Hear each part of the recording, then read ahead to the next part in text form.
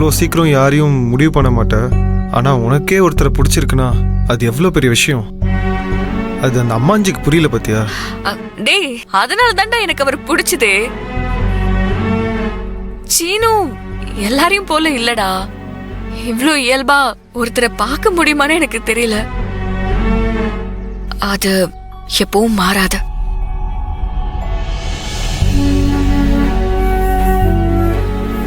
உங்களுக்கு கூடவாடா இது புரியல? ஒரு பையனும் பொண்ணும் உடனே ஓகே சொல்லிட்டு கை கோர்த்துட்டு சுத்தினாதான் லவ் சக்சஸ்னு நினைக்கிறீங்களா? அது அன்பா இருக்கிறதுல எப்படி சக்சஸ் ஃபெயிலியர்லாம் வரும்? நம்ம மனசுக்கு ஒருத்தர் பிடிக்குது. அந்த அன்பு எந்த சூழ்நிலையிலயும் உடையாம குறையாம அப்படியே இருக்கிறது தானடா சக்சஸ்ஃபுல்லான லவ்வா இருக்க முடியும். இல்லனா அது வெறும் கால்குலேஷன் ஆயிடாதா?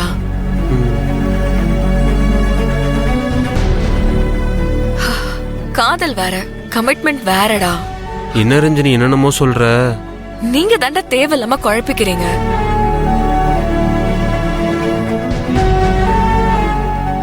நானும் மனுஷிதான். என்ன அறியாம நான் கொஞ்சம் இமோஷனலா இருந்திருக்கேன். அது இல்லனா நம்ம மிஷன் மாதிரி ஆயிட மாட்டோமடா.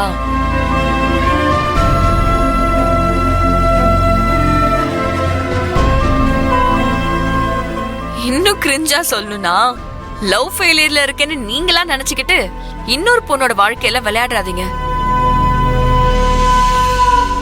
அதுதான்டா எனக்கு உண்மையிலே கஷ்டமா இருக்கு. உண்மையிலே சீனு மேல உனக்கு வருத்தம் இல்லையா? இல்லடா.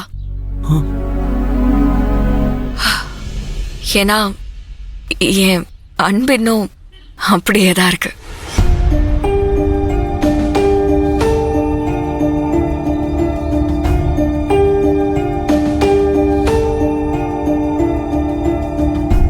உன்ன மாதிரி ஒரு பொண்ணை புரிஞ்சுக்கலைனா அந்த அம்மாஞ்சிக்கு தான் நஷ்டம். அப்படிலாம் எதுவும் இல்ல. லாப நஷ்டம் பாக்குறதுக்கு இது வியாபாரமும் இல்ல.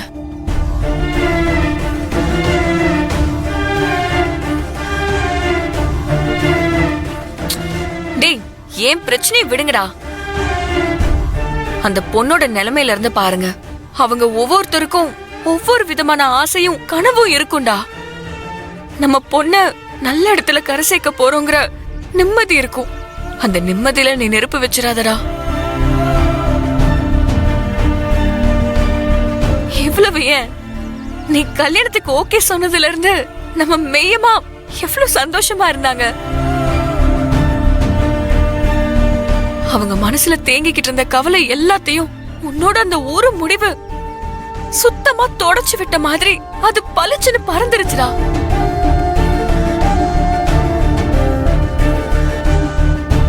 அன்னையில இருந்து அவங்க மனசுலயும் முகத்திலயும் நான் அவ்வளவு சிரிப்பையும் சந்தோஷத்தையும் பார்த்தேன்.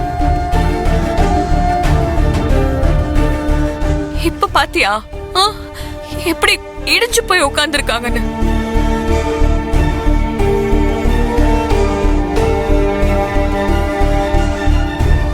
எதனால? நீ சொன்ன அந்த வார்த்தையால. நீ கல்யாணத்துக்கு ஒத்துக்கிட்டது அவங்களுக்கு அவ்வளவு சந்தோஷம். இப்போ எனக்காக வேண்டான்னு சொன்னா மெய்யம்மா, அந்த பொண்ணு, அவங்க அப்பா அம்மா, அந்த குடும்பம் அப்படின்னு எல்லாரோட சந்தோஷமும் கேட்டதுக்கு நானே காரணமாயிருவேனேடா. அந்த பேரை எனக்கு நீ கொடுக்கணும்னு நினைக்கிறியா? என்ன ரஞ்சனி நீ? இல்ல ரஞ்சனி, நான் அப்படி யோசிக்கவே இல்ல. நம்ம எடுக்கிற முடிவுகளால நம்மளே அறியாம நம்ம நிறைய பேருக்கு இதை செஞ்சிருக்கோம். நல்லதா இருந்தா அது நமக்கு தெரியலனாலும் கஷ்டம் இல்ல.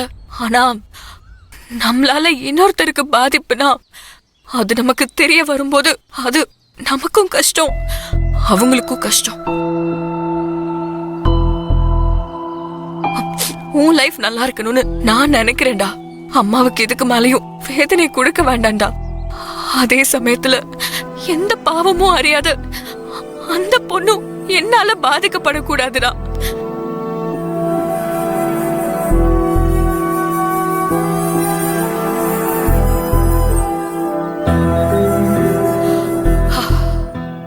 நாளைக்கு அந்த பொண்ணை பார்க்க போறோம்.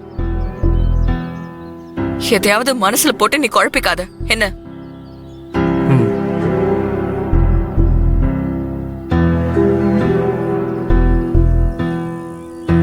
அன்பரசி மேடம் என் அம்மா அப்பாவை பத்தி கேட்டப்போ மெய்யம்மா நீயும் என் அம்மா தான்னு சொல்லிச்சு.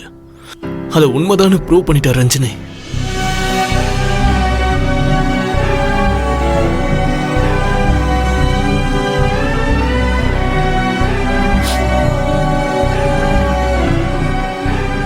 ஓகே, அப்படின்னா நான் சொல்ற பேச்சு கேளுங்க.